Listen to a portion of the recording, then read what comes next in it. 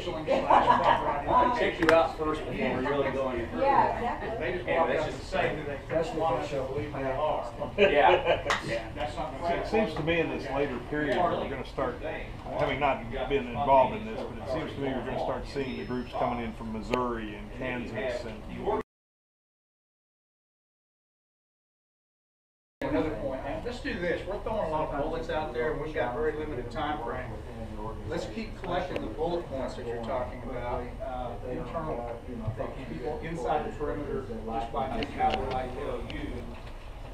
Control guys that money, but you're gonna have these guys okay, along those same lines. Validation of restroom. Yeah, that's back to the credentialing ID, is it not? Yeah, then the dissemination.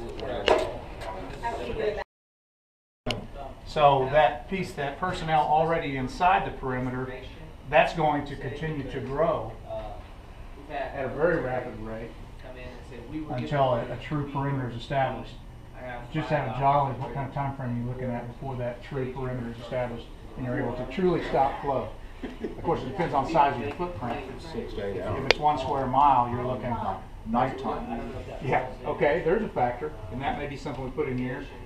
Changing conditions, pulling some of these together. About out of our 10 minutes. Personally, I think perimeter control, although All separate of these are issues, good, and I hate to personnel really already figure out inside which the are your perimeter. top 3. maybe we need to make a bigger title for that. We might start with the top 5 or 6. Personnel and then see if from accountability there and we can get it down control. to the top 3. That includes people inside when the event occurs. That includes people showing up. Okay. Let's present the two. David, you had first 24 hours, right?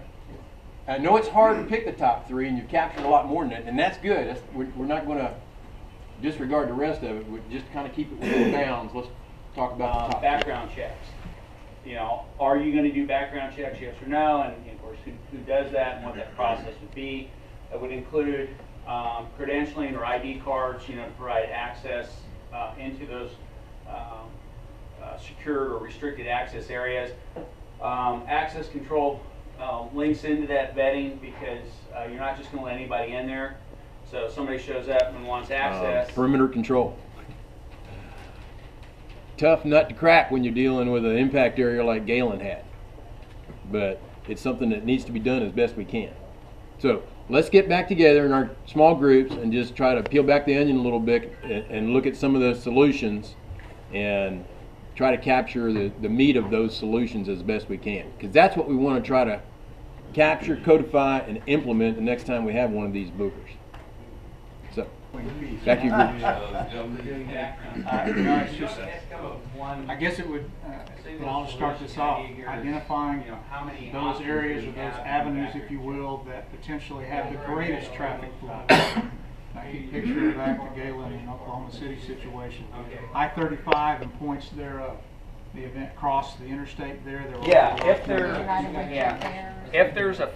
they are affiliated, we work on the assumption that they have been vetted.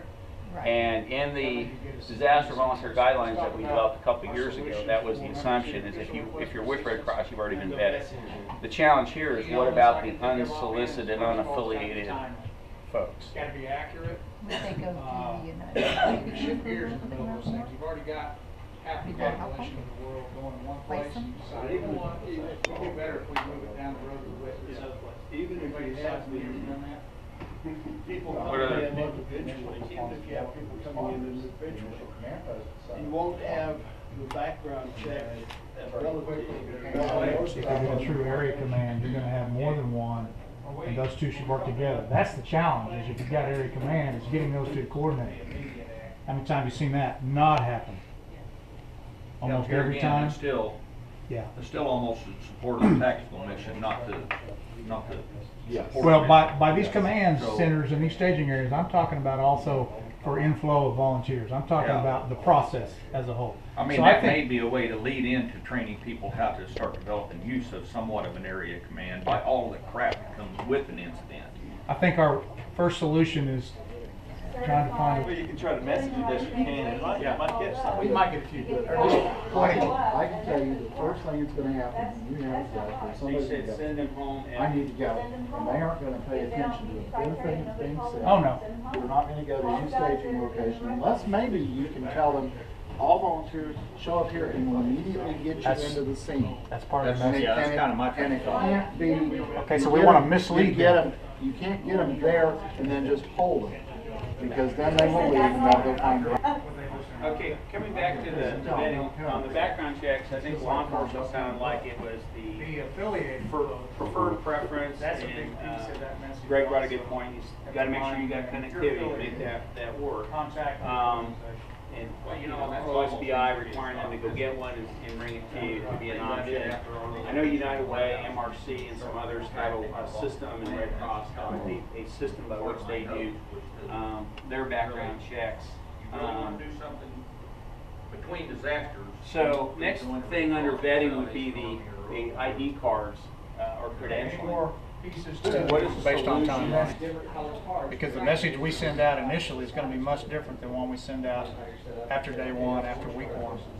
Well, that's something to keep in mind. We're talking about those 24-hour periods, so you also have to factor in the traffic of, it wasn't all voluntary, it's people trying to get home. There's everybody who lives in Norman that couldn't get to Norman because the areas basically north and south of Cross. Yeah, it was a So if you think of the culmination. situation in Edmonds, you're gonna have all these folks just trying to get back from Edmonds, stuff like that out. Yeah. And That way you can define them into work groups and then start to amend those groups. And it might even be helping out traffic. Like you This said, is a great flip flops and creative.